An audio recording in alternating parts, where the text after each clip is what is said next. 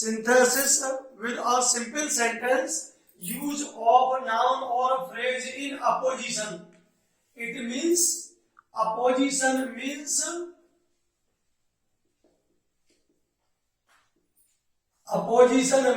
side by side. Side by side का अर्थ होता है अगल बगल। अर्थात आज हम सिंथेसिस में सिंपल सेंटेंस के अंतर सिंपल सेंटेंस बनाने के लिए यूज ऑफ फ्रेज और नाउन का अपोजिशन में प्रयोग सीख रहे हैं। अर्थात यूज ऑफ नाउन और फ्रेज इन अपोजिशन। और अपोजिशन मीन्स होता है side by side. Side by side का हिंदी है अगल बगल। जब कोई नाउन या फ्रेज आए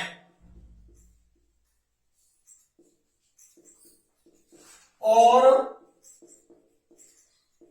वह मुख्य सब्जेक्ट की विशेषता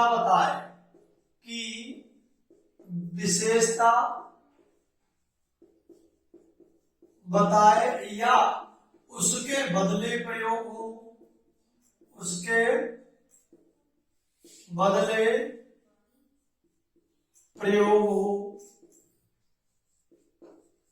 तो उसे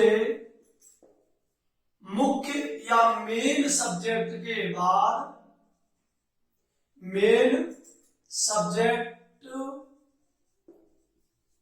बाद कॉमा लगाकर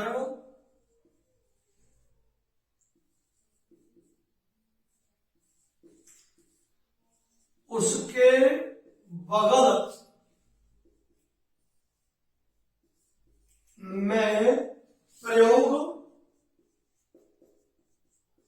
करते हैं, जिसके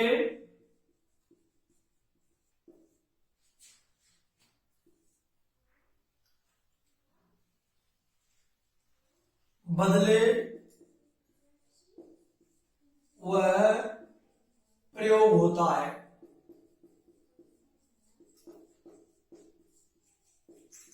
जैसे मैंने कहा दो सिंपल सेंटेंस दिए हैं, एक सिंपल ये है, एक सिंपल ये है।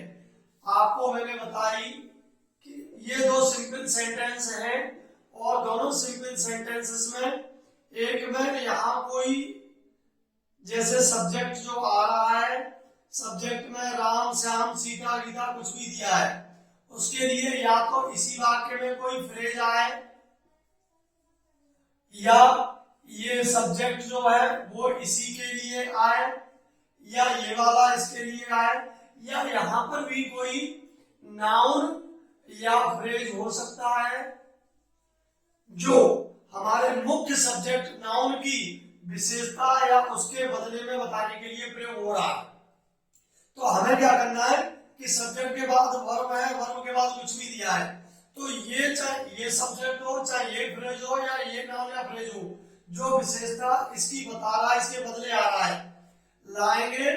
पहले हम सब्जेक्ट लिखेंगे और सब्जेक्ट के बाद कॉमा लगाएंगे।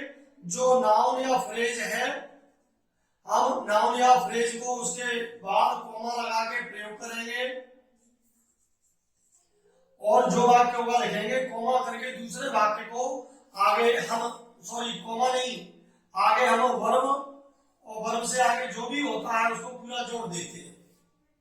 फिर कह रहा हूं कि एक सब्जेक्ट के लिए या तो यहाँ कोई नाउन है या फ्रेज है या यहाँ सब्जेक्ट नाउन फ्रेज हो सकता है या दूसरा भी हो सकता है। तो जो इसके बदले आ रहा है या इसकी विशेषता बता रहा है उसके बाद कोमा लगा के पहले करते हैं कि वर्ब को जो मेन वर्ब है उसे बाद में लाते हैं। तो अब यहाँ ये सब्जेक्ट और ये नाउन फ्रेज अगल बगल में आ गए। इसी को डियर स्टूडेंट्स हम कहते हैं यूज ऑफ नाउन और फ्रेज इन अपोजिशन, अर्थात नाउन या फ्रेज का अगल बगल में प्रयोग। जैसे फॉर एग्जाम्पल देखते हैं, हम देखेंगे एक सेंटेंस है हमारा, Varun best student,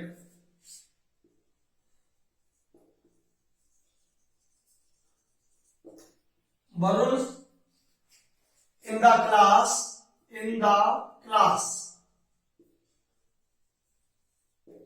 full stop. He is a class monitor.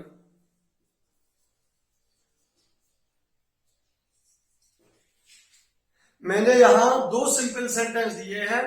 एक है हमारा कि Varun is a best student in the class, इसका सब्जेक्ट हमारा वरुण है, इसकी वर्ब हमारी इज है, दूसरा सब्जेक्ट हमारा ही है, दूसरे की वर्ब इज है। इस प्रकार के दो वाक्यों में अब ध्यान देखें कि वरुण और द बेस्ट स्टूडेंट दो अलग हैं कि एक ही व्यक्ति है। तो बेस्ट स्टूडेंट किसके लिए आ रहा है? वरुण के लिए। ऐसे ही अब क्लास मॉनिटर, ये जो एक नाउन फ्रेज आया है, ये फ्रेज किसके लिए आ रहा है? वरुण के लिए। तो इस प्रकार के वाक्यों को दो प्रकार से बना सकते हैं। मैंने कही कि मेन सब्जेक्ट को लेंगे तो हमने पहले लिया वरुण और कोमा, अब यहां वर्ब को हटा देंगे, इस वाली वर्ब को, और कोमा के बाद पहले क्या ले आएंगे? The best student in the class, the best student in the class, comma. अब देखें ये ही इज किसके लिए आ रहा है? ही इज वरुण के लिए आ रहा है। देखें सब लोग, तो ही इज किसके लिए आया? वरुण इज या ही इज एक ही बात है, तो सेम सब्जेक्ट होगा तो रिपीट करने की जरूरत नहीं। अब बस वर्ब अगर हमने पहले की वर्ब हटाएंगे तो दूसरे वाक्य की वर्ब से जोड़ देंगे। तो जो हमारा यहाँ ही इज था, ही किसके लिए आ रहा है? वरुण के लिए। तो अब सीधा यहाँ की वर्ब से हम पूरे वाक्य को डालेंगे, इज अ क्लास मॉनिटर। तो देखो Varun the best student in the class, Varun जो कक्षा का सबसे अच्छा छात्र है वह कक्षा का मॉनिटर है। तो देखो एक इज वर्ब हो गई अब हमारे पास, एक सिंपल सब्जेक्ट हो गया सिंपल, और इसके लिए अगल बगल में आया कॉमा लग के, इसका मतलब हो गया अपोजिशन में। तो वरुण के अपोजिशन में the best student in the class, the best student के अपोजिशन में वरुण, अर्थात ये दोनों एक ही सब्जेक्ट है, ये दो सब्जेक्ट नहीं कहलाएंगे। अब एक वर्ब एक सब्जेक्ट और ये आगे का हमारा पूरा कॉम्प्लीमेंट, तो ये क्या कहलाएगा? हमारा सिंपल सेंटेंस। एक शब्द यहां तक ये पूरा, अगर हम इसको अलग नहीं देखें तो अर्थात वरुण और बेस्ट स्टूडेंट कोई अलग अलग नहीं है, तो इसलिए ये पूरा क्या हो गया? सब्जेक्ट। ये क्या हो गई? वर्ब, और ये क्या हो गया? हमारा कॉम्प्लीमेंट। तो अब देखेंगे आपका एक सिंपल सेंटेंस बन गया। तो सब्जेक्ट यहाँ अलग था, यहाँ वर्ब अलग थी, यहाँ सब्जेक्ट अलग था। अगर पहले के फ्रेज को लेंगे डियर स्टूडेंट्स तो आगे की वर्ब से जोड़ेंगे, और अगर इस फ्रेज को लेंगे तो हम इसकी वर्ब से। फॉर एग्जाम्पल इसी एग्जाम्पल को दूसरे तरीके से बनाते हैं, पीछे से भी बन जाएगा ना। हाँ तो देखो वरुण कॉमा रोशनी कविता और सब लेंगे ध्यान से। हम मेन नाउन को पहले लेंगे जो मेन सब्जेक्ट ले लिया। अब क्लास मॉनिटर और वरुण तो अलग अलग के, अलग अलग छात्र के, एक ही छात्र है, एक ही है, एक ही छात्र। तो हम इसको भी ले सकते हैं कॉमा अ क्लास मॉनिटर। अब हमने बाद का फ्रेज लिया तो ये सब्जेक्ट वर्ब तो आ चुका है, वरुण ही इज। तो अब यहां से ये वाला है जो हिस्सा हमारा, यहां से वर्ब का हिस्सा है, अब यहां से कॉमा लगा के जोड़ देंगे, is the best student in the class. अर्थात अब देखें वरुण एक कक्षा का मॉनिटर है, एक सबसे अच्छा छात्र है। तो यहां भी वरुण के अगल बगल में क्लास मॉनिटर, क्लास मॉनिटर के अगल बगल में वरुण, अर्थात दोनों सब्जेक्ट एक ही हैं। जब दोनों सब्जेक्ट एक ही हो तो कॉमा करके इस तरीके से या इस तरीके से। अब हम इसके और एग्जांपल्स देखते हैं। तो सर हाँ इसको हेल्पिंग वर्बों को बाद में क्यों लगाते हैं? क्योंकि दोनों सब्जेक्ट सेम है, इसीलिए बाद में लगाते हैं। और अभी डिस्कस करूंगा मैं, 2-4 एग्जाम्पल और कराता हूं पहले में, फिर करता हूं discuss.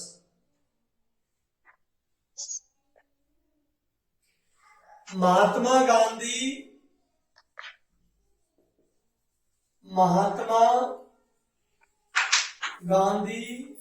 was a great leader.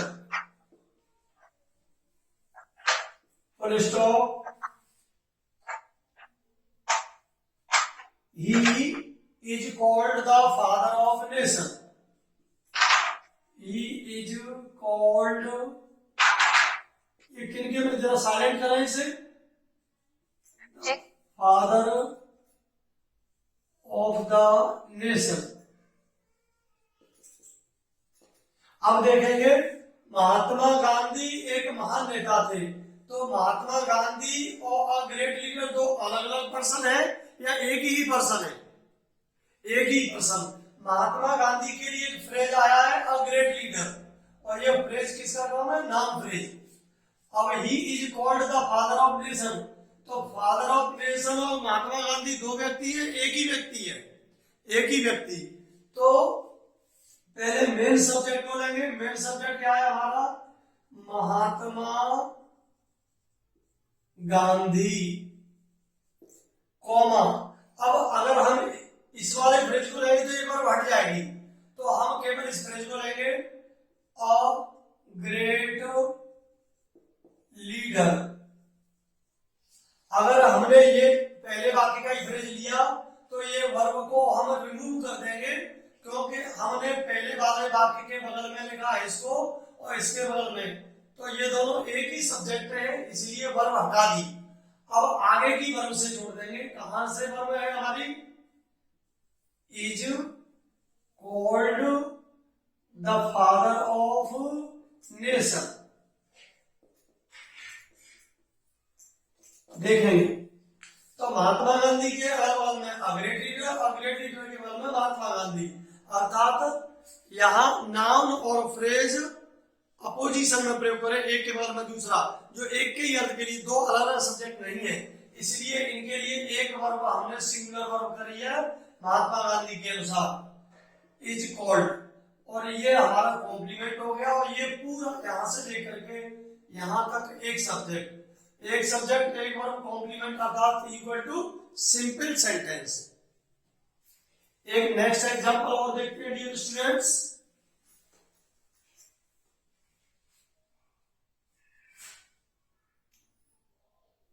My sister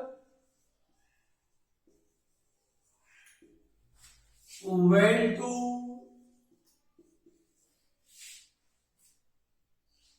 Delhi. It is the capital of India. Capital of India. मेरी सिस्टर दिल्ली गई, यह भारत की राजधानी है, तो कौन राजधानी है? दिल्ली। अब देखिए पहले जो मेन सब्जेक्ट के लिए बदले में आ रहा था, अब हमारे कॉम्प्लीमेंट के बदले में आ रहा है। तो जिस नाउन के बदले में या उसकी विशेषता के बताने के लिए जो नाउन या फ्रेज आएगा उसके कोमा लगा के अगल बगल करते हैं, तो इसमें पूरा वाक्य पहले हम लिख लेंगे, my sister went to Delhi. अब दिल्ली की विशेषता किसने बताई है? द कैपिटल ऑफ इंडिया और दिल्ली दो अलग अलग है कि एक ही है? एक ही है, तो कॉमा करके अलग अलग ले आएंगे, द कैपिटल ऑफ इंडिया। इसका अर्थ हो गया मेरी बहन दिल्ली गई है, और दिल्ली क्या है? भारत की राजधानी। तो दिल्ली और कैपिटल ऑफ इंडिया अगल बगल आए तो ये कहलाएगा नाउन और फ्रेज इन अपोजिशन, क्योंकि इसके अपोजिशन में क्या आएगा? दिल्ली के में कैपिटल ऑफ इंडिया। तो इसमें अब हमारा एक सब्जेक्ट रह गया, एक वर्ब रह गया, जो एक पूरा कॉम्प्लीमेंट का काम करेगा। एक और एग्जांपल देखते हैं dear students. Tagore was a great Bengali poet. Tagore was a great Bengali. Sir इसमें हेल्पिंग वर्ब नहीं यूज हुई ना? नहीं, इसमें क्यों, इसमें मेन वर्ब है ही नहीं। अच्छा, मेन वर्ब है। और ये चूंकि इस वाक्य का ये कॉम्प्लीमेंट है, और कॉम्प्लीमेंट की विशेषता या बदले में आ रहा है, और तो हमने कॉम्प्लीमेंट के तुरंत बाद आया, तो कॉम्प्लीमेंट को क्या वर्ब की जरूरत है, इसीलिए नहीं आई है। ये इट इज किसके बदले आ रहा था, डरी के, और डरी आ गया, उसके बदले का जो हमने लगा दिया, तो एक सब्जेक्ट एक बार रखना था, तो माई सिस्टर वेंट रखा, इट इज को हटा दिया और कॉमा करके अलग जोड़ दिया।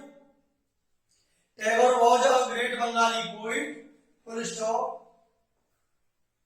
He wrote Gitanjali. He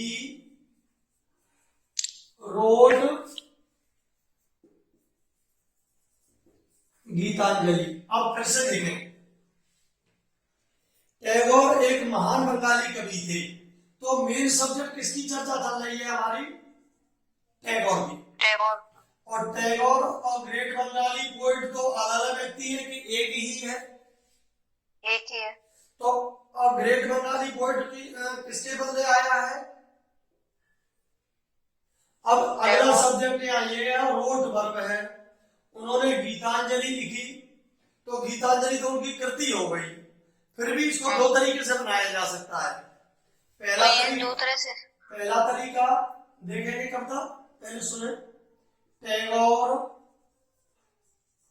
comma, अगर हम इस फ्रेज को लाएंगे तो ये वर्ब हटा देंगे क्योंकि ये सब्जेक्ट के लिए आ रहा है यही, तो कॉमा अ ग्रेट बंगाली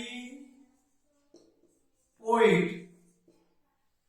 टैगोर एक महान बंगाली कवि, दो अलग नहीं है, अगर बगल में आ गई अपोजिशन का प्रयोग।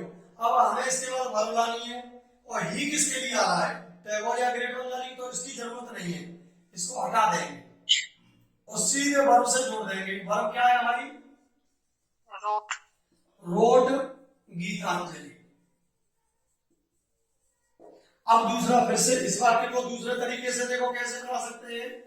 इस वाक्य को एक और तरीके से बना सकते हैं कि हमने पहले मेन सब्जेक्ट लिख लिया टैगोर कॉमा, अब यहां ये रोट गीतांजलि, रोट तो वर्ब हो गई, लेकिन अगर हम रोट वर्ब को नाम बना दें, हम कहते हैं कि राइटर ऑफ गीतांजलि, तो टैगोर और गीतांजलि के लेखक तो अलग व्यक्ति कि एक ही व्यक्ति, एक ही व्यक्ति। तो अब हम रोट वर्ब को नाउन बना दें, और क्योंकि सब्जेक्ट हमारा नाउन है, नाउन के बदले अपोजिशन में नाउन नहीं आता है, तो हमने कर दिया द राइटर ऑफ गीतांजलि, अब कॉमा, अब इसके बदले में फिर से नाउन आ गया। अब हमने यहां से लिया था इस वाले से, तो अब इसकी वर्ब से जोड़ देंगे, यहां से शुरू करेंगे, हम कॉमा लगाएंगे और पहले बाकी की वर्ब के आगे का हिस्सा पूरा जोड़ देंगे। Was a great Bengali poet. अब देखें, टैगोर गीतांजलि के लेखक एक महान बंगाली कवि थे, तो कौन महान बंगाली कवि थे, टैगोर गीतांजलि के लेखक। ये पूरा एक सब्जेक्ट हो गया, हमारी वर्ब क्या हो गई, अब वॉज। अब ग्रेट बंगाली पोइट क्या होगा हमारा, कॉम्प्लीमेंट, अर्थात अब हमारा एक सब्जेक्ट एक वर्ब और एक कॉम्प्लीमेंट हो गया। अब हमारे पास दो सब्जेक्ट दो वर्ब नहीं है, और हमने इसके टैगोर के अपोजिशन में लाए था राइटर ऑफ गीतांजलि, या टैगोर के बदले लाए ग्रेट बंगाली पोइट। दोनों ही केस इन अपोजिशन या नाउन और फ्रेज इन अपोजिशन। चूंकि ये फ्रेज है इसलिए फ्रेज इन अपोजिशन ज्यादा सही है। इस तरीके से हम दो सिंपल सेंटेंस को एक सिंपल सेंटेंस बना सकते हैं। कब, जब एक नाउन के लिए एक से अधिक शब्द आते हैं, तो हम नाउन और फ्रेज इन अपोजिशन का प्रयोग करके हम एक सिंपल बनाते हैं। अगर मेरा वीडियो पसंद आया तो इसे लाइक और सब्सक्राइब करना न भूलें।